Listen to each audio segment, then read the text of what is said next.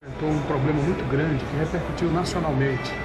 E eu até li um artigo do senhor. Esse artigo foi inclusive que me motivou a procurá-lo no Acesso 343, em que o senhor fala sobre a tragédia de Algodões, né? A ausência de práticas oficiais no sentido de atender efetivamente as carências geradas pela tragédia. Eu queria que o senhor colocasse para a gente o que foi que mudou um ano depois de todo aquele acontecimento. Eu faço a seguinte pergunta: quantos meses nós, como brasileiros, estamos trabalhando para sustentar o nosso governo? 5 meses por ano. E quanto vale um cidadão, a vida de um cidadão para este mesmo governo? R$500 que eles receberam, 4.500 em um bagulho de casa, faz mais do que um ano. Foi na semana passada que eu procurei me informar e me disseram que as pessoas ainda não receberam oficialmente as casas, ainda não foi ligada a luz, ainda não foi ligada a água nas casas que já foram construídas.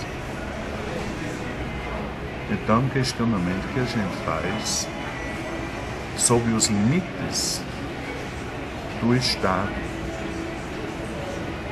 que são muito evidentes numa situação desta, que depois de um ano, quando o cidadão perde tudo que ele juntou ao longo de toda uma vida, ainda está esperando para que tivesse mais apoio da parte oficial. Houve muitos gestos concretos, bonitos, da iniciativa privada. As mais diversas partes do Brasil, eles mandaram até, fazendo questão que fosse colocado através da paróquia, não é? Em instituições oficiais, e foi socorrida essas pessoas. Mas a situação das pessoas ainda não está solucionada. Além das vítimas fatais, que são 15 pessoas que perderam a vida. Oficialmente se divulgou 9 mesmo. A associação que se constituiu lá em Cocal, eles têm um levantamento de 15 pessoas. Por quê? Por exemplo, tem uma pessoa que nós sabemos que morreu no outro lado do rompimento da barragem, que com todo esse choque parece que teve um infarto, né? Mas como era inacessível uma assistência que pudesse pegar a pessoa, então a pessoa morreu em consequência do rompimento da barragem. E assim tem outros tantos casos. A associação faz um trabalho com o professor Corsino, que foi professor universitário, parece que na Universidade Federal de Brasília, né? Ele me mostrou assim os levantamentos de uma forma muito criteriosa, né? Para estas pessoas sejam atendidas de uma forma mais digna nas suas necessidades. E aí a gente percebe, claro, que os limites de um governo que de um lado está preso a determinadas exigências legais, como licitações, contestação da licitação e prazos, etc. Isso mas no caso, dificulta. Mas no caso se trata de uma situação emergencial. E uma situação emergencial, ela evidentemente permite que seja feita imediatamente. Bom, aí vem a hermenêutica da lei, as interpretações. Nestas interpretações, nem sempre a pessoa humana está talvez mais em evidência, né? A gente lamenta isso. Bispo, muitas pessoas que participaram direto ou indiretamente do atendimento às vítimas, sejam elas agentes governamentais ou não governamentais, e é chegado agora um momento político muito importante na vida do Estado e do país, elas fazem um uso político dessa tragédia. Eu gostaria que o senhor se posicionasse como cristão, como sacerdote e, sobretudo, com a responsabilidade que o senhor tem como bispo diocesano acerca dessa situação. Quando completou um ano da tragédia,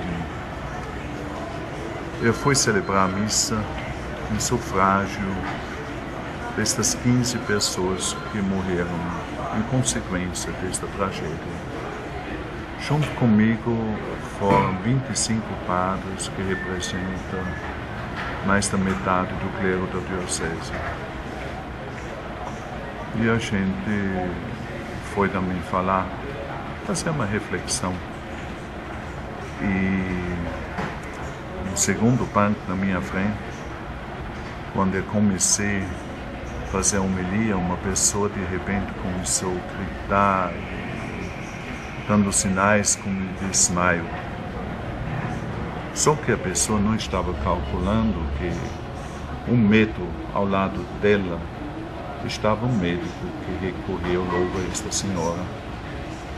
Pelo que a gente tomou conhecimento, esta senhora foi pago para um pouco atrapalhar a pregação da gente.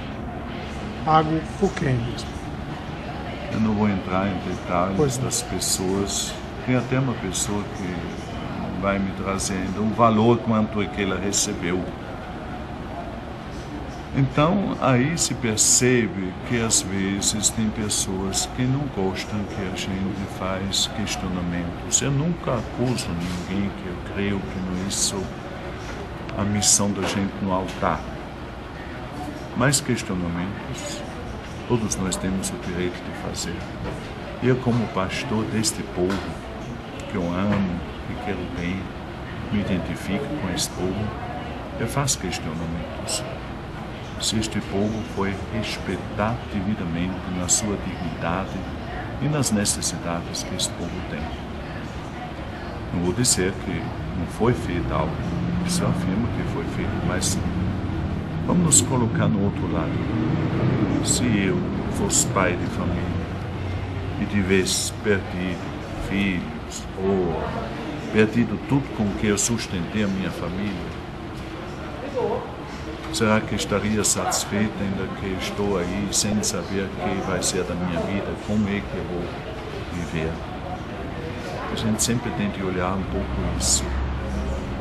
Estas pessoas têm que ter uma condição para refazer a vida, para mostrar, pelo menos, através de programas tantos que hoje existem, uma forma que as pessoas podem de novo caminhar com próprias pernas, como se diz, e não dependem apenas de uma cesta básica que recebem, como também consta que umas pessoas entraram por conta delas nestas casas que foram construídas e foram ameaçados que vão perder esta cesta básica, que inicialmente parece se pagou um aluguel social para as pessoas, né? E como isso depois parece que cessou, a pessoa estava numa casa alheia, ninguém pagou mais, às vezes o dono queria de novo a casa, então para onde que as pessoas vão? E por isso, às vezes, as pessoas por iniciativa própria, vamos dizer, invadiram estas casas. Semi-acabados, acabados, mas ainda sem luz, sem água. Eu passei lá, conversei com as pessoas, né? E eles me colocaram nesta situação, né? Então, aí está de novo o limite do Estado de ter mais agilidade, né? Para se debruçar numa emergência desta, para que as pessoas não fiquem aí de uma porta para outra. Até estão sendo bem tratados se eles vão numa repartição, mas no fim vão escutar, nós não somos competentes. Tem de ir para outra repartição. Bispo, o senhor não gosta de personalizar as suas afirmações, e é correto que se haja dessa maneira. Mas o governo, o poder público, ele é feito por pessoas. Eram pessoas que estavam à frente do poder público quando essa tragédia aconteceu em que o senhor é testemunho, todas as pessoas que vivenciaram essas perdas não atenderam plenamente as necessidades dessas vítimas. O senhor comanda uma campanha pela limpeza, pela moralização do meio político. O que é que o senhor diria para a sociedade piauiense em relação a quem tomou de conta desta situação e não resolveu? Não podemos dizer se pela incompetência, se pelo desleixo, ou quais foram as razões. O fato é que não foram resolvidos plenamente esses problemas. O que é que o senhor diria? Que reflexão o senhor faz? Eu creio que se tem de olhar mais a fundo. Esta barragem de quantos anos? Quem foi que construiu esta barragem? Será que depois da construção de uma barragem, que tem talvez 10, 12 anos, não deve ter ainda nos arquivos a devida documentação 15 anos. Sobre a fiscalização, sobre o material aplicado, tudo isso? Porque esta questão do questionamento da segurança desta barragem havia há diversos anos. E a tal ponto que o Poder Judicial decretou a saída das pessoas. Eu não posso dizer em que o Poder Judicial se baseou, mas sem dúvida nenhuma eles devem ter tido evidências claras e mandaram tirar as pessoas. Me parece até certas pessoas com a força policial. Quando depois, de repente, desrespeitando esta decisão judicial, alguém do governo mandou as pessoas de volta. E parece que 2 dias depois houve o rompimento. Então, isso é um ponto que eu creio que deve ser também esclarecido. Porque se existe uma decisão judicial, será que esta não deve ser respeitada? Então, eu creio que isso é um aspecto que deve ser aprofundado. E deve ser exatamente esclarecido mais. Perguntando o promotor público, por exemplo, que teve uma atuação lá, eu creio, de uma forma muito engajada, mas às vezes colhendo críticas, não sei se foram objetivas, diante do engajamento dele, né? Da parte do governo, que numa situação desta que cabe a recorrer, sem dúvida nenhuma, temos que reconhecer que houve iniciativas. Que a associação se queixa que eles nunca foram recebidos, vamos dizer, pelo executivo do poder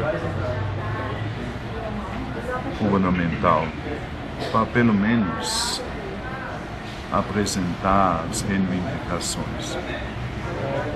Recentemente, parece que houve uma aproximação. Assim, o presidente da associação me informou. Após a troca de governo, Exatamente. Troca de comando. Mas, nesse sentido, se estranhou que, no tempo da política, a gente sabe, os candidatos andam de porta em porta e conhecem as pessoas, e depois, quando acontece uma situação desta, se teve a impressão que as pessoas ficaram distantes, não sentiram assim um pouco o calor da solidariedade, de uma palavra, de uma presença, para que pudessem pelo menos apresentar as lágrimas de uma forma mais viva, com todo o respeito, sem revolta.